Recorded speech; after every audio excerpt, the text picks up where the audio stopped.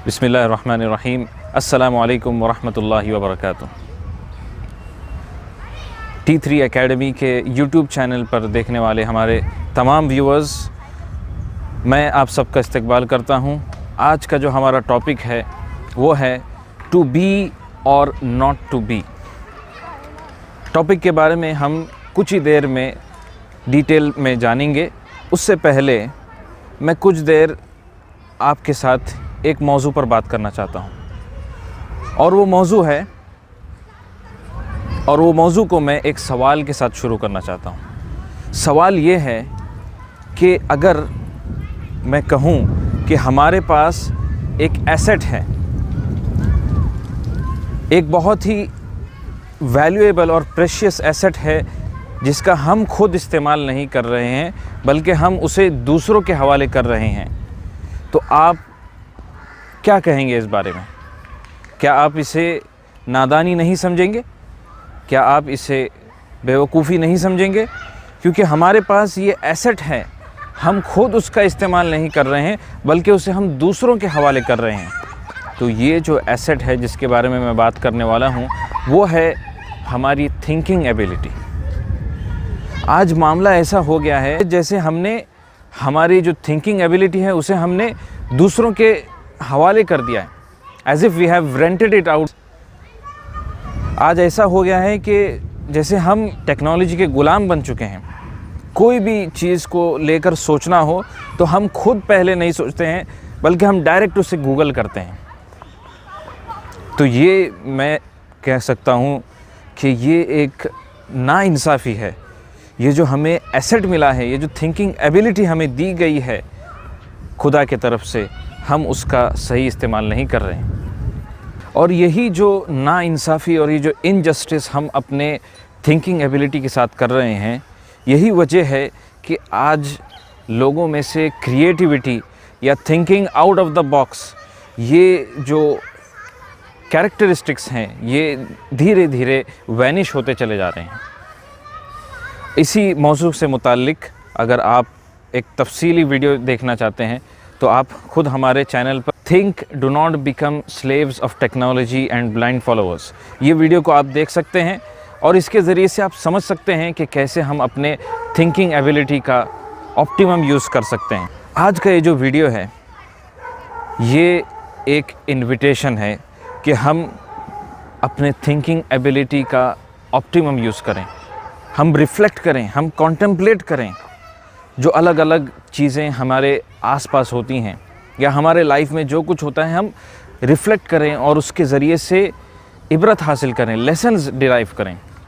और आज का ये जो वीडियो है ये इस बात की भी दावत दे रहा है कि वो जितनी भी चीज़ें हैं जो हमारे थिंकिंग एबिलिटी को रेस्ट्रिक्ट करती हैं या उसे जियोपाडाइज़ करती हैं, हम उन सारी चीज़ों से दूर हो जाएं। जैसे मिसाल के तौर पे इंटॉक्सिकेशंस या इसी तरह से अल्कोहल या इसी तरह से ये जितनी चीज़ें हैं जो हमारे थिंकिंग एबिलिटी को रेस्ट्रिक्ट कर रही हैं या उसको दबा रही हैं, हम उन सारी चीज़ों से दूर हो जाएं।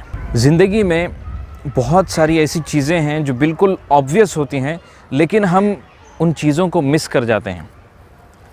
There are various things in life which are quite obvious but we tend to miss them, they go unnoticed by us। और उसकी मिसाल आपको दूँ, एक सिंपल सी मिसाल। जो चश्मा पहनने वाले लोग होते हैं, कई मरतबा चश्मा पहने होते हैं और वो चश्मा ढूंढ रहे होते हैं। इसी तरह से आज के इस वीडियो में जो टॉपिक मैंने बताया, टू बी और नॉट टू बी, ये टॉपिक दरअसल एक क्रीचर के बारे में है और वो क्रीचर हनी बी है, जिसे हम मधुमक्खी के नाम से जानते हैं। ये जो मखलूक है अल्लाह ताला की, मधुमक्खी, ये ऐसी अनोखी मखलूक है कि अल्लाह ताला ने इसका ज़िक्र कुरान के अंदर किया और इस मखलूक के नाम पर एक पूरी सूरत भी अल्लाह ने नाजिल की और वो है सूरत अन-नहल, सूरा नंबर 16। और ये एक ऐसी मखलूक है कि अल्लाह ताला ने इसका ज़िक्र करने के बाद कहा कि इस मखलूक के अंदर निशानियां हैं, इस मखलूक के अंदर बहुत सारी सीखने की आपको बातें मिलेंगी। तो आज के हम वीडियो में इसी मधुमक्खी के बारे में जानेंगे और इस मधुमक्खी से हमें क्या क्या लाइफ लेसन सीखने को मिलते हैं, हम उसे जानने की कोशिश करेंगे। अब मैं आपको कुछ अमेजिंग फैक्ट्स बताना चाहूँगा इसी मधुमक्खी के बारे में। मधुमक्खी ये एक वाहिद इंसेक्ट है। हम जानते हैं कि कीड़े मकोड़े तो बहुत ज़्यादा होते हैं, ये एक वाहिद कीड़ा है या वाहिद इंसेक्ट है जो इंसानों के लिए फ़ायदे की चीज़ देता है, जो इंसानों के लिए खाने की चीज़ देता है। और वो क्या होता है? वो शहद होता है। और ये शहद, ये इसी शहद को अल्लाह ने कुरान के अंदर शिफ़ा कहा है। इसके अंदर बहुत सारे बीमारियों की शिफ़ा मौजूद है और ये बहुत ही बेहतरीन मेडिसिन भी है। तो यही शहद की मक्खी हमें एक बहुत ही अनोखा तोहफ़ा देती है और वो है शहद। इसी तरह से आप देखेंगे कि जो शहद की मक्खी होती है उसका जो छत्ता होता है, बी हाइव, उसके अंदर बताते हैं कि करीब 40,000 से लेकर 45,000 हनी बीज़ एक साथ रहते हैं। तो आप समझ सकते हैं इतनी बड़ी तादाद, वो भी एक साथ मिल कर के रहते हैं। ऐसे ही आप देखेंगे एक हनी बी का जो एवरेज लाइफ स्पैन होता है वो 6 वीक्स होता है। 6 वीक्स, सिर्फ 6 वीक्स के लिए ये जीते हैं, ये एवरेज उनका लाइफ स्पैन है। और 1 पाउंड हनी बनाने के लिए मधुमक्खियाँ टोटल 2 मिलियन फ्लावर्स को विज़िट करते हैं। तो आप समझ सकते हैं सिर्फ 1 पाउंड शहद बनाने के लिए मधुमक्खियाँ टोटल 2 मिलियन फ्लावर्स को विज़िट करते हैं। एक और बहुत ही दिलचस्प बात मधुमक्खियों के बारे में वो ये है कि मधुमक्खियाँ 2 पाउंड हनी बनाने के लिए, 2 पाउंड शहद बनाने के लिए जितना डिस्टेंस ट्रैवल करती हैं, अगर हम उसे कैलकुलेट करने जाएं तो ये 4 मरतबा पूरे अर्थ का सफ़र करने के बराबर हो जाता है। यानी इतना इनका जो है इनका हार्ड वर्क होता है इसी शहद को बनाने के लिए। एक और दिलचस्प बात, आप इसे नोट भी कर सकते हैं और ये एक बहुत ही अहम लेसन है हम सब के लिए हमारी ज़िंदगियों के अंदर। मधुमक्खियों का टीम वर्क किस तरह से होता है, उनका जो कोऑर्डिनेशन आपस में होता है, उसकी एक बहुत बेहतरीन मिसाल हमें इस बात में मिलती है कि जब कभी कोई मधुमक्खी किसी फ्लावर, किसी फूल को विज़िट करती है और वहाँ से उसका नेक्टर ले लेती है, तो वहाँ पर वो मधुमक्खी एक निशानी छोड़ जाती है ताकि आगे आने वाली कोई मधुमक्खी फिर से वहाँ पर आकर अपना वक्त वेस्ट ना करें। तो मधुमक्खी को आप देख सकते हैं कि they are trying to avoid duplication of efforts, they are saving on the time of their fellow. एक लास्ट फैक्ट जो मैं मधुमक्खियों के बारे में बताना चाहूँगा कि जो ये मधुमक्खियों के जो फ्लाइट पैटर्न्स होते हैं, उनके जो उड़ने के पैटर्न्स होते हैं, ये इतने कॉम्प्लेक्स और इतने एफिशिएंट होते हैं कि इसी को आज के मॉडर्न डे इंजीनियर्स यूज़ करके उनके जो एल्गोरिथम्स होते हैं रोबोटिक असेंबली लाइंस के लिए जो वो यूज़ करते हैं, उसको इन्हीं से इंस्पायर होकर इम्प्रूव करते हैं। अब चलिए हम बात करते हैं कि क्या लाइफ लेसन्स हमें मधुमक्खियों से सीखने को मिल रहे हैं। सबसे पहली बात वो ये है कि जिस तरह से हम देखते हैं मधुमक्खियाँ हमेशा अपने आप को फूलों के आसपास रखती हैं, अच्छी चीज़ों के आसपास रखती हैं, वैसे ही हमें अपने लाइफ के अंदर जो सीख मिल रही है वो ये है कि हम भी फूलों की तरह जो लोग होते हैं, अच्छे लोग जो होते हैं, उन्हीं के आसपास रहें। और आगे बढ़कर अगर मैं कहूँ तो हमारे जो ख़यालात हो रहे हैं, हम कोशिश करें कि हमारे ख़यालात भी फूलों की तरह हों और जो हमारे हरकत हैं, जो हमारे एक्शंस हैं, वो भी प्योर हों, अच्छे हों, नेक हों।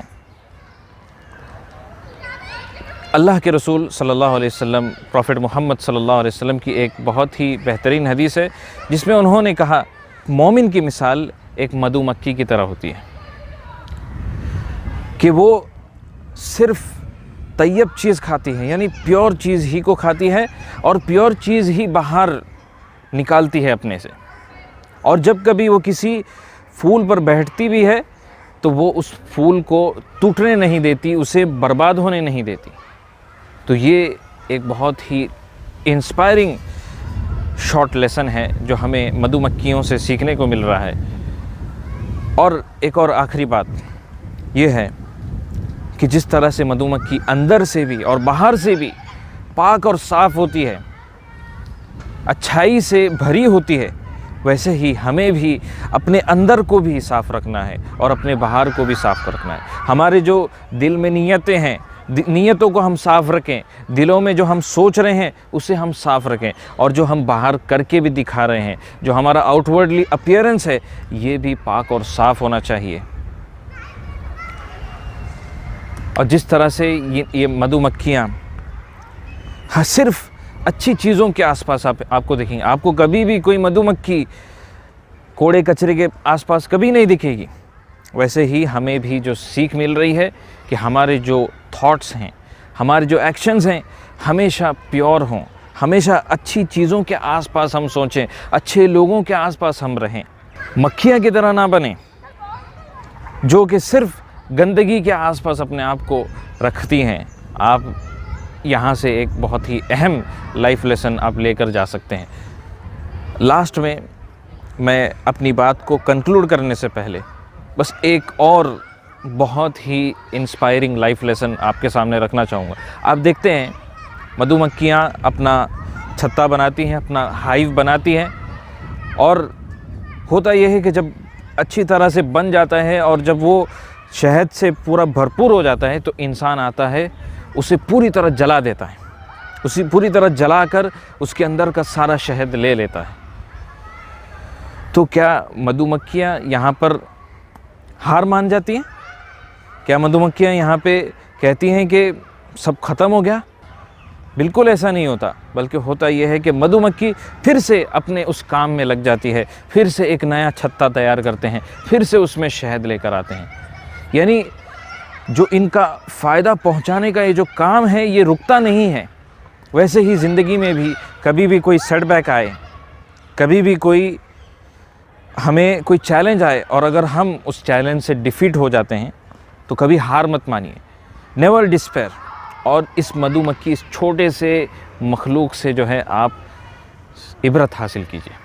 अपनी इस बात को मैं इस स्टेटमेंट के साथ ख़त्म करना चाहूँगा कि what we think of others and what we do to others, what we say to others should be sweet just as the honey।